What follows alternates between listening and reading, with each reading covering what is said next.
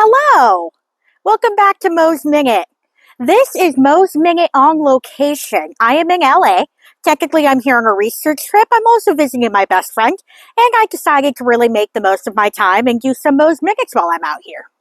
So we are at Angelus Rosedale Cemetery, and we are at the grave of Sherman Otis Houghton, right over here. And he was a congressman, pretty successful congressman. He died in 1914. But the reason we're really here is to visit the grave of his wife, Eliza Donner Houghton. Her grave is unmarked, but it's assumed that she is buried here with her husband. And Eliza Donner was a survivor of the Donner Party.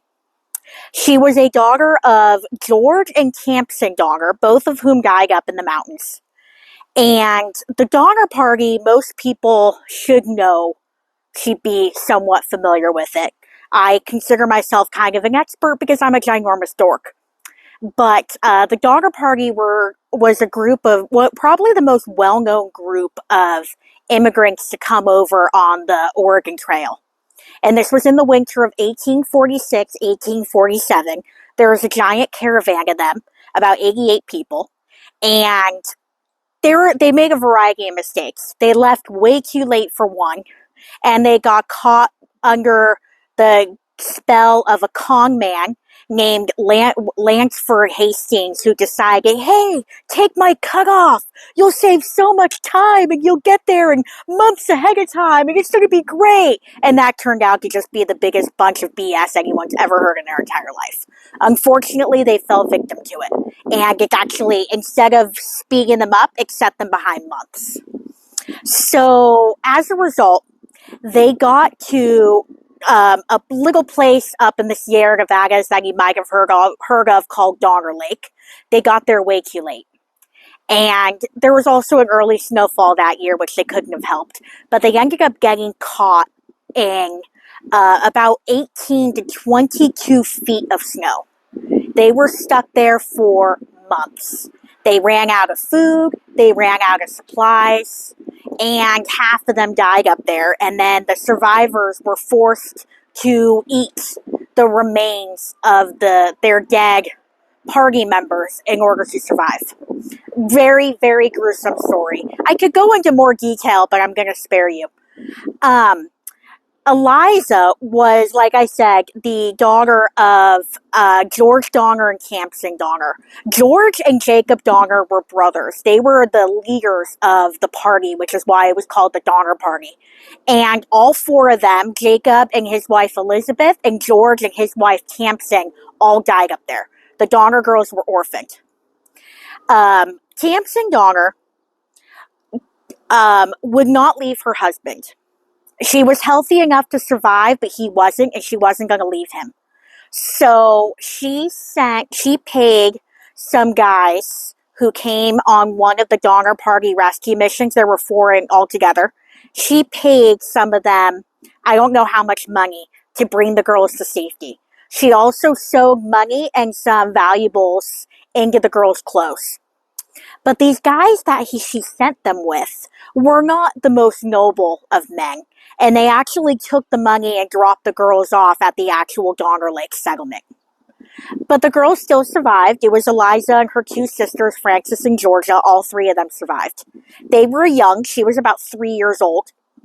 And they ended up all surviving. And she and her sisters were adopted by an older woman when they returned from the mountains. And then she ended up marrying Sherman Otis Houghton.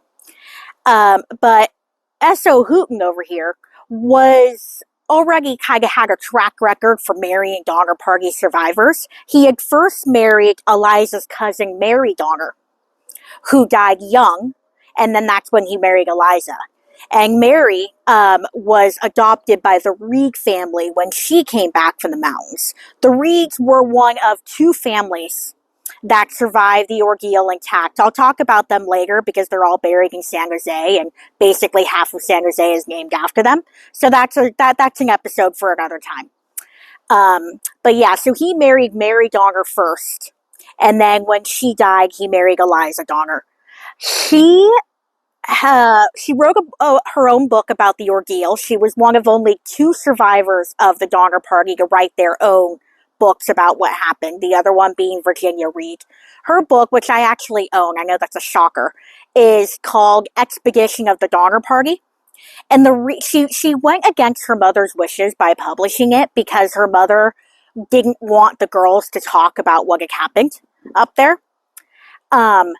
But she wanted to clear up any inconsistencies, any misconceptions, rumors about what had happened. When they all came back, there were tons of gruesome rumors and everything being spread. The most notable one was that Louis Keysburg killed Eliza's mother, Tamsin, and ate her to survive. There's absolutely no truth to that. Eliza herself did not believe it was true, and that was one of the reasons why she felt the need to publish her book. So yeah, she died in 1922. If you look at pictures of the dedication of the Donner Party, well, it's not really the Donner Party statue. I shouldn't say that. It's the immigrant monument, the pioneer monument in Donner State Memorial Park. But if you look at pictures of the dedication, she is one of three survivors of the Donner Party that were present at the dedication. It was her sister Leanna, and Peggy Reed was the other one who was there that day. So, yeah, she faced obscene amount of trauma early on, and hopefully was able to combat that as best she can. She did very well. He was a U.S. congressman, so, good for her. And anyway, may she rest in peace, and thank you again for tuning in.